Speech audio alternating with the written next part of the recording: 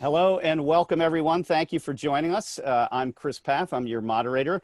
And this panel, of course, is Producing in XR, How to Create Unique Stories for Immersive Audiences. We have three really top-notch producers who span all aspects of XR production and original content. And with me today are Espii Proctor. She is the creative and technical director of Espii Studio. She joins us from Brooklyn. Welcome, Espii.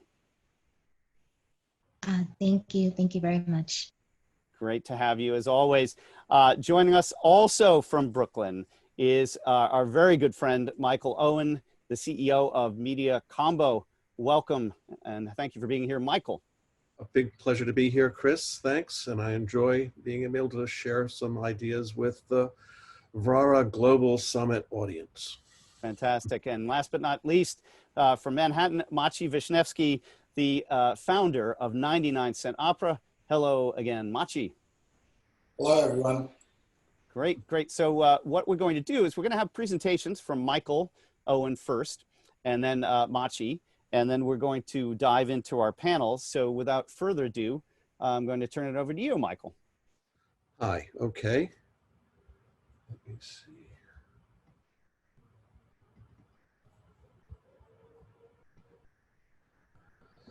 So, I'm really wanting to talk about creating content for museums and historic sites. And it's something that I've been very much attracted to, having spent a lot of time originally producing interpretive content for museums. From videos, interactives, and websites. And obviously, as the immersive technology started to emerge, starting around 2015, 2016, I was very interested in applying these sort of things to museums and their communications missions. And the initial projects, we did an AR tour of the Morgan Library. And this is where you can basically add content onto what's there. In this case, you're looking at a little biography of Pierpont Morgan that is played when you hold your device over the painting, and sort of magical Harry Potter style, it comes to life in the sense of a screen, a series of images of Pierpont Morgan's life and an audio track.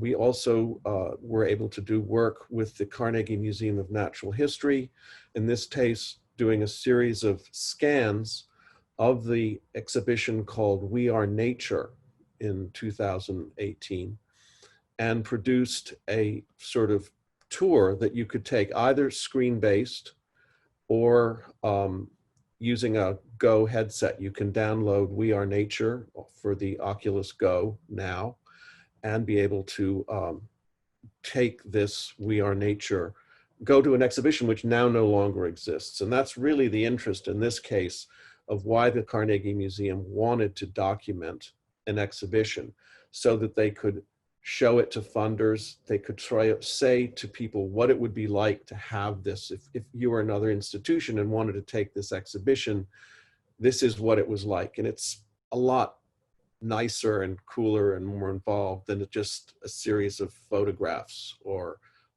you know, a description like that. And the thing is that this is all a series of 360 images. You can get close to some things, but you can't sort of lean into them. It's not a photogrammetry. It's not an actual 3D model of what the space is. And for that, we've now had an opportunity to work with that with the Pollock Krasner studio. We've done a tour of what that actual, the studio is like, where Jackson Pollock and Lee Krasner painted some of the most important abstract works of the 20th century. And we built with using the photogrammetry services of the Glimpse group, we were able to make a one-to-one model of this studio where they painted. And I can show you an example of that work. Jackson Pollock and Lee Krasner were abstract expressionist artists. Their dramatically new approach to painting revolutionized modern art in the mid-20th century. They were action painters, using spontaneous, improvisational techniques to create dynamic, abstract imagery. Soon after they married in 1945, they left New York City to be able to focus more on their work. They moved to Springs, a rural community on Long Island about 100 miles east of the city. They converted the barn on their property into a studio. In this building, only 21 feet square, they created their most famous works of art. Pollock used the studio from 1946 until his death in 1956. Krasner worked here from 1957 through 1982. Today, trees have grown up behind the barn. Let's go back in time to see the studio as it looked when Pollock and Krasner were actually working here. You'll be hearing from the artists themselves and from the art critics who wrote about their work.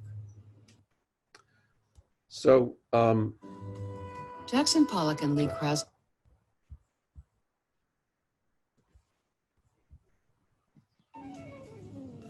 this In the is, case of Blue Poles, Pollock re-entered it, as he put it, many times, spending some 6 months on it. Most of the work was done with it lying on the floor, but he also tacked the canvas to the wall and applied some paint there, as you can tell from the white streaks running down the surface. Over time, layer after colorful layer was added, but Pollock couldn't seem to resolve it. Then he got the idea to use a piece of lumber, a 2x4, to apply 8 vertical strips of ultramarine blue paint, the so-called blue poles of the title, which helped structure and unify the composition.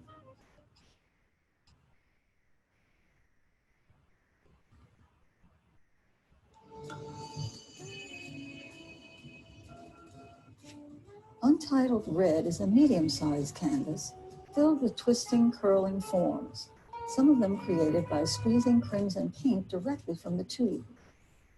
Krasner had recently broken the arm she painted with, so she used restrained gestures to create lively shapes that often spilled out onto the surrounding wall. so I can assure you it's cooler with your headset on. But I wanted to give some sense of the, you know, what you're seeing when you're in this particular experience. And it's currently launched at the Pollock Krasner House and Study Center. What's sort of fascinating is the challenge of the real thing that the client wanted to do here was bring back the paintings to that studio. You can go to the house, you can see the walls where Lee painted, you can see the floor where Jackson painted. It's obvious that something was done there, but the works of art are long gone. And what they wanted was a way, as you saw with Blue Poles, that you could bring that work back and put it in the place and make a connection between the space and the art that was made there. And so that's basically the mission there, and I'm sure I'm running low on time, but basically it's a way to connect people with a place and a time that's long gone, and we hope we've been successful in pulling that off. Well, I would say so, Michael. I mean, even what we just saw really gives you an idea of how this is rendered in a headset and what the experience is like. And kudos again on that work. And of course, the timing of that was quite good. Maciej, we're going to turn this over to you to talk about Edelweiss VR1 or EVR1. And without further ado, Maciej Wisniewski. Thank you. So I want to talk about Edelweiss, which is a music-driven narrative. It's a game. It's made for VR. And I want to start with showing you a little preview.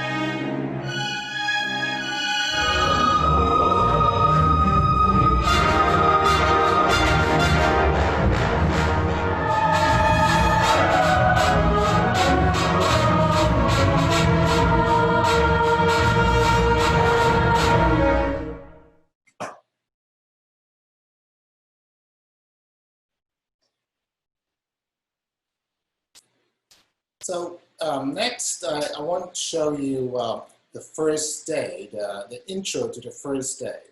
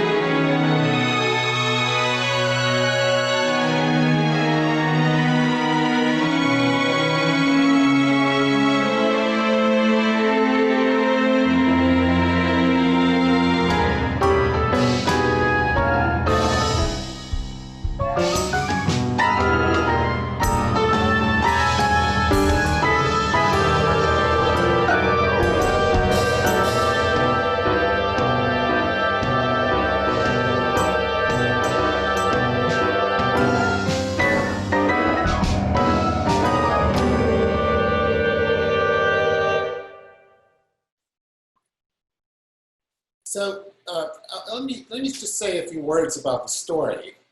So the story is based on my great aunt's life. When I was growing up, I thought I knew her story pretty well. That turned out not to be the case. I realized that there were bits and pieces that were missing or parts that didn't make sense. So I started doing some research, searching for archives, old letters, photographs, interviewing eyewitnesses. And I ended up making a few unexpected discoveries and found that process to be truly fascinating. So that's what I want to capture in the game. So the process of finding the past is what I wanted to capture in this particular game, especially in Act 1 of that Edelweiss game. So I'm going to stop here and over to you, Chris. Thank you. Great, Maciej. Thanks again. Really amazing original story and great use of the music-driven narrative, which we'll talk more about in our discussion. But I'm gonna shift to you, Espii. You're in a very interesting and emerging field as an XR theater producer, stage manager, and you recently worked on the Finding Pandora X piece that Kira Benzing produced, which won Best Immersive VR Experience at the Venice Film Festival. So congratulations, that's great work. You know, one of the things that I wanted to ask you is how you see maintaining sort of intensity through virtual collaboration and performance, and talk about it from a couple of different angles, because of course you wear many hats as both a director, stage manager, sound designer as well. Well, thank you, Chris. So yes, so for Finding Pandora X, I worked with Kira as a sound designer, and so it was for me the first time walking into a social VR space. Usually for me, I've dabbled in 360 video or you know, more Unity or Unreal game engine based VR experiences. So to be able to walk into VR chat to have a collective experience was very new for me, but it felt very familiar because of the work I've done in theater. Due to that project, I'm curious. I've become more curious about exploring the social VR space, especially between that and also my own experience at the Burning Man Festival. And so I think that we're shifting into a space now for VR where it's no longer a solitary experience, nor does it have to be. And so how we craft the story as directors, producers, how we craft the story, now we can shift from, you know, creating for an audience of one to consider that multiple people might be able to experience these all at the same time. This can also tie into, you know, immersive theater where you have different types of audience members and being able to craft something where each of them walk away with a core experience, but due to personalities, backgrounds of each person, they will also have their own unique perspective on the experience. I think that the space between digital for me meaning like two-dimensional where we're like going through a screen, and virtual where we're opening up that space. I think that those two are starting to come together a bit more, especially when you have augmented reality experiences that open you up to a world, you know, almost like through a portal within your phone or your tablet, and then, you know, virtual reality, which then just completely puts you in that space. I think how we deal with presence of audience will be key, and also how we deal with how audience perceives themselves in these experiences, if they're an outsider or if they are truly part of that experience and able to participate. Yeah, I think, you know, again, and we'll talk a bit later about some of your other work, but I think that that's something that, you know, we're definitely seeing, you know, sort of a shrinking of the world between sort of that 2D and immersive with respect to digital production. And again, you bring different perspectives to this, but I think that's a great answer. Michael, your work in the museum space might actually broaden during this pandemic. How are cultural institutions reaching out to draw in remote audiences? And you must unmute. Sorry, there we go. If I can share with you again, where did it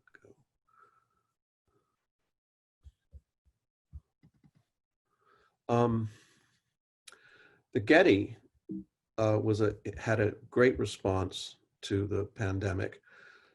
They put out a call in March for people to basically create works of art from 3 pieces of material around their home. So people sent photographs of themselves in as Napoleon Bonaparte.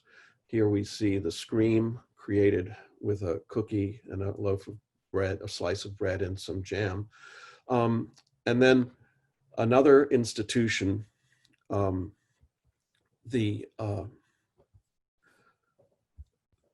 Baltimore, actually recreated, this is the Page Museum, so the oldest museums in the United States, but it was closed for a long time and only reopened about 5 years ago. They built out the Peel Museum in Baltimore in Second Life. So even though Second Life was incredibly popular 15 years ago, and it's still out there, and they literally, a volunteer base of people from the museum community helped create this world. And that's what they've been, doing. So museums literally have been reaching out to their audiences to try and engage them since they've been closed. And obviously, I think that sort of social engagement will continue.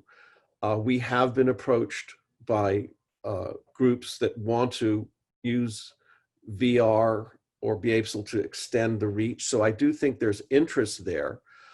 It's still, though, relatively expensive. And unfortunately, museums have been, devastated financially by this. So I don't see, I see work continuing, but I think in the meantime, stuff like what the Peel and the Getty are doing to sort of just extend their audiences out is very, very exciting.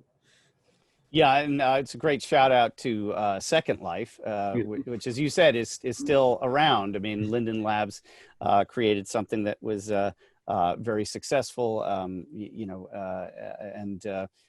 I think it's taught a lot of people. Of course, we also see things like Verbola, which the Laval Festival uses, which is a very successful, can be accessed from just about any platform, particularly desktop, and perhaps we'll see more of that. Maciej, so talk about how you decided to use blockchain for EVR1. Do you see blockchain expanding the experience for XR creators and audiences? Okay, so I think the way we do it, we use the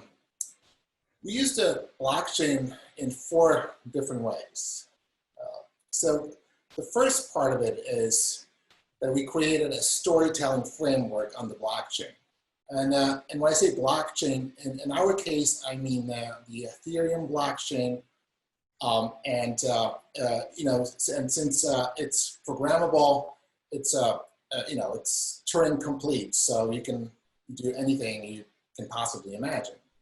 So one of the things that we're using is conditional branching, and the nice thing about it is that it works outside the game. So if there's something that happens inside the game, it can then move over or be moved over to another game or a different part of the game.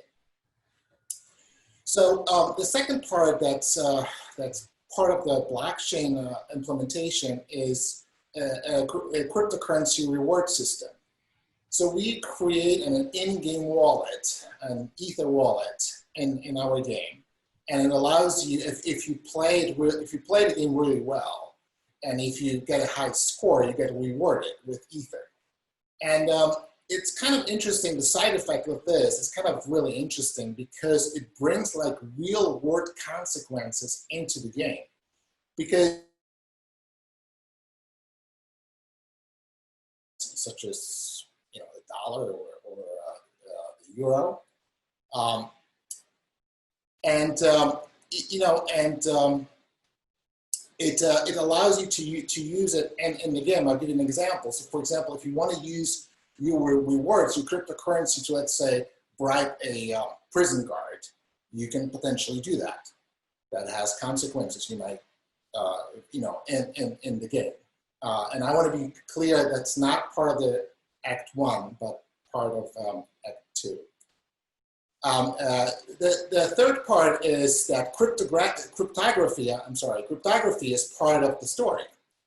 And it's a significant subplot of the story itself. And it turns out that protecting privacy back then is as important as it is now. And the fourth part is actually less part of the game, but more part of the gameplay, which is just basically improving the security of the gameplay. So it's a little more difficult to alter some things on the blockchain than it is, let's say, on a server. And you know, in general, when you think about blockchain, you can think of it as a decentralized network with shared memory. But you can also think about culture as a decentralized network with shared memory. You know, and blockchain is not only about technological innovation, but it's also about cultural innovation. So what tokens are on, you know, you can think of tokens as blockchain's currency, but you can also think of privacy as cultural currency. That's a, you know, an interesting, you know, aspect of this, because of course you really dive into a narrative that is consistent, but as you said, you are able to uncover things sort of like Easter eggs. So it really depends on your action, of course. So as a game experience, it really plays very much in a very intense first-person memory. And thank you for that. That's an excellent description. I'm hard-pressed to think of any other production that's using blockchain similarly. So kudos to you. Next is a question really for everyone here. We had a big announcement last week at the Facebook Connect 7, which was the launch of the Oculus Quest 2. So what does this mean, if anything, for you as producers? Is this just incremental? Is the price meaningful? Michael, unmute, remember. Michael, what do you think about Oculus Quest 2? Well, you know, I ordered one. I, you know, think it's important, and I'm sure it'll be better. You know, it's technically more, you know, higher resolution and all of, and it's a better screen. I don't like the coming requirement that everything is being folded into Facebook. And I think in terms of education, again, you have to sign up, you have to have an account. We're very interested in applying VR to education. And I think what the Pico cameras, the Pico headsets are doing, they're really, that kind of distribution and management of many different headsets is probably going to be done better by other groups. But in terms of an individual headset, I think it's exciting. In terms of institutional deployment of them, you know, I don't like the tying up with the Facebook account business. Yeah, Maciej, what's your take on Oculus Quest 2? So you know, it's a chicken and egg problem. You know, it reminds me a little bit of us moving from PCs to the mobile platforms. You know, you always pay a price for it at first, which means, you know, if you want to have a similar resolution in VR that you have on your PC, that's just not going to happen in the next couple of months. But if you do, you know, if you do want to have a different experience, it's certainly worth trying. Now, the chicken and egg problem that I mentioned is because, you know, we have so much hardware, do we have enough good content? That's the main question, and for me at least. And I think, you know, we trying to again, just think of mobile, you know, mobile experiences back. I don't know, with Java MITP was the platform, right? It was hard to translate something from a big screen or decent sized screen to small screen. And this, you know, we trying to translate or transcribe things from usually a flat screen into a surround screen, and you know that's will take some time, I think. But I think it's exciting because in a way it's a good challenge to have.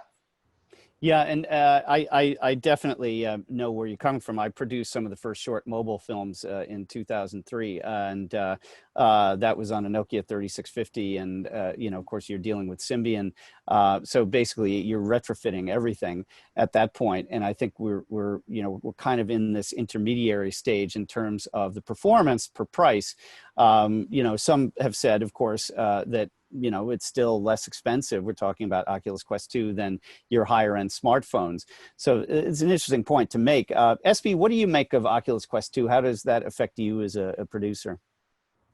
So for me, in terms of standalone devices, I'm excited that there is a new headset with new specs. I will be waiting to go pick it up in person instead of ordering it online. But on the other side of that, what I do see is a narrowing and a focus of what Facebook wants to do with VR. I think there's been in the industry just a desire for VR to be all things to all people, and I think that for 1, 2, 3 companies to be, you know, in charge of that, I think is a bit short-sighted, to say it best. So I think that in terms of standalone, I think Facebook has staked their claim on where they want to stay and focus. I think in terms of PC VR, due to the Rift being disconnected, that there will be other companies that will step in and fill in that void. And then in terms of mobile headsets, which I'm still missing, I did enjoy the Go. I think that there is a lot of value to 3 degrees of freedom experiences, and I think that it really comes down to how to shape stories for those limitations, but that's just me. But what I do see for that is my hope is that not only more companies move in there, but that becomes more of a DIY area where people can be able to, you know, have the 3 degrees of freedom headsets can be more open source, where people can be able to construct them or be able to share how to build those headsets, and that those are within the artist, hacker, maker space. So I think there's that's that. yeah, I think that's a great comment, particularly what you said about the open source aspect, the idea of, you know, sort of like Android, the idea that you might be forking based on some spec, a new headset or something, whatever we'll call it next, but the idea that your interface, if you will, your hardware interface into an experience, you know, has maybe different shapes, sizes, can do different things. And I love your comment, obviously, about 3DOF, because yeah, I too think that that was a loss, and I think it's a massive opportunity for others to get in there. You know, we've done a lot of work with Felix and Paul's studios, which of course had a lot of stuff up there that was available for the Go, and you know, like that. So let's talk to Maciej about music. You are a composer. That is all your original work. Originally, we were talking about it as the first sort of VR opera, but it is, you know, a very complex blockchain-based VR game. Music's being dropped into Fortnite, into esports tournaments. Do you see more music-driven VR experiences as a growing market? So, and also secondarily, talk about how you produce music or audio-driven experiences, because what people may not know is that music and audio, you know, creates clues that you have to unlock in this game. Right. So yeah, the short answer is probably yes, meaning that we'll be seeing more of music-driven experiences. Well, but let me tell you, like, let me start with stating the obvious. So, you know, in VR, you know, your eyes and ears respond to stimuli from the headset. So you pretty much removed almost completely from your surroundings. So, and, you know, so then, you know, the sound or the music becomes a really important part of it. If you don't have it, if you don't do it right, then there's a big part that's missing, right? That's even more clear when you talk about like music-driven experiences. So you know, you can think of a music-driven experience as an opera, where music plays the main role, right? So in VR, the interesting question becomes, what is the relationship between music and visuals, since they are both digital? so of the same nature, right? So we tried designing something like a musical map to connect music to visuals, similar to a depth map. So let me explain. So every pixel in VR has depth information. So it pretty much knows how far it is from the viewer, how far it is from the camera. Imagine a situation where every pixel in VR knows if it is affected by music, and if it is, to what extent or how. So that's exactly what we did. What we do is we scan the musical spectrum in real time. We take the data in real time and push it to a fragment shader. In other words, we push it to, we manipulate the pixels that are going to be pushed to the graphics card. So what does a music or sound-driven gameplay mean? So first of all, it animates things. It animates lights, it animates textures, which you hopefully could see in the videos. They were all based on in-game footage. It changes the look and feel of a scene, the ambience. It obviously enables reactive graphics. And you know, one thing that we realized was that it was a huge time saver. So it pretty much eliminates the need for manually syncing music and visuals. And you know, if you've done it yourself, if you've ever done it yourself, you know how time consuming that could be. So yes, so the music plays an important role as part of the gameplay. The way you play the game is you look for sounds in space. Once you locate the sounds, you follow the sounds, and you uncover the story. Yeah, it's really incredibly exciting, and I can see how this could be adapted to a whole host of experiences, not just the game that you've created. And thank you for that answer, because I always feel sadly that audio is kind of the redheaded stepchild in every technical discussion, and yet it drives so much of what we call immersive. And that's a topic of an entirely different panel. But let's talk to you, Michael. You are a very accomplished longtime film and television producer who's become a name in the documentary and cultural arena of this XR world. What was your learning curve in adapting to a space that is more technology reliant, technology dependent, and also many times technology challenged? Well, it's interesting. I mean, I always considered myself first and foremost a producer, and 360 and now, Six Stuff, Immersive is just another tool set. And, I realize, it's the transition even from analog and film to digital was in some ways similar. You had to realize that at a certain point, I mean, I remember the last commercial that had film on it, and we had both digital cameras and film cameras, and at a certain point we were shooting car to car stuff, and we were running out of time and didn't want to, for that sequence, have to change film mags after every 400 feet. And so they said, okay, throw the digital camera on there. I feel that, you just have to know and stay on top of what the technology is. But when you pick or decide to work with a partner, it's like you're hiring a DP, or you're hiring an editor, or you're hiring, a digital effects person, and you want the right temperament and, to do it. And obviously, as you pointed out, sound is a huge element of thinking about a project. And especially when you go towards social, which is to me the next step where everything is pushing, that these are going to be shared experiences. And, that's what was possible in the Second Life thing, was multiple people could go to a facsimile of that place, even though it was highly stylized. In a persistent manner. Yeah. And now I think, I'm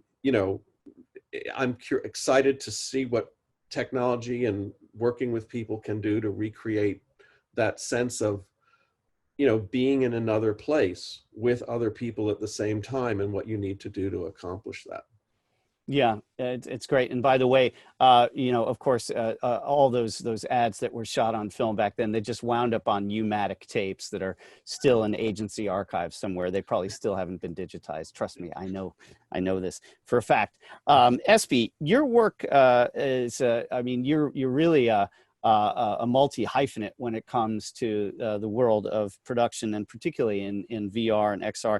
But your work as a sound designer has obvious hooks to this world. Do you see spatialized audio and more sort of theatrically driven sound design as a driver for XR experiences? I think so. I think that because of the pandemic, there has been, in more 2D experiences like Zoom plays or readings or whatnot, there is this desire to break out of this frame. And then when you get into VR and AR experiences, you have the opportunity to break this frame or have a less formal frame. And I think part of that could be accomplished very easily via sound. One of the things that I share with collaborators is that me personally, I have a vision impairment. And so while, I have like particular lenses to be able to move around and see in my, in my day-to-day, I rely on my ears more than, let's say, most people. So for me, sound is to just be able to navigate sound is not even 50%, but like 60-70% of that picture to be completed. Yeah, it's going to be interesting to see how, as you said, particularly as we see an expansion of hardware designs, to see how much of that is driven by sound. Of course, I'm sure all of us have played with the Bose frames, glasses. Really, really interesting. It's a nice sort of intermediary take, if you will. But I think that's just the beginning. Question for all of you. The pandemic has driven more consumption of digital content overall, and IDC released about, I think it was about 7-8 weeks ago, some pretty bullish projections for the next couple of years in terms of the growth of the VR market. But do you see this period as a potential tipping point for XR production? What do you think, Michael? Well, I hope so. I mean, that's I can't wait for a good self-contained competitor for the Quest to come out, because I think that's going to be a huge driver and provide alternative forms of distribution. But yes, to me, it's just a matter of how you get the funding. I know that we're nearly there in terms of being able to deliver content that people will want to watch. It's just that a lot of the places that could use that content just don't have the funds to invest in, what's still an unproven medium. Yeah. Maciej, and we've got about 2 minutes left. What's your thought on this? So I can only speak about my personal experience here, and because I don't have any data to make a more general statement. But so yes, I think since we've been a little bit isolated for the past 6 months, or five or 6 months. Minor details, yeah. Right. So yes, I think there's a potentially. I mean, I can see in the beginning it certainly increased my time spent in VR, even though I spend some time professionally in VR. But now I feel like I can't wait to be able to do some things outside of VR. So yeah. It's like it's. I'm having dreams of like physical contact with people in real spaces, even mundane stuff like business trips or something, which is true. Espii, you're the last one here before we wrap this. What's your take on the question? I think we still have a long way to go, but I think slow and steady although that may not be what market may want us. Slow and steady will be able to get us there.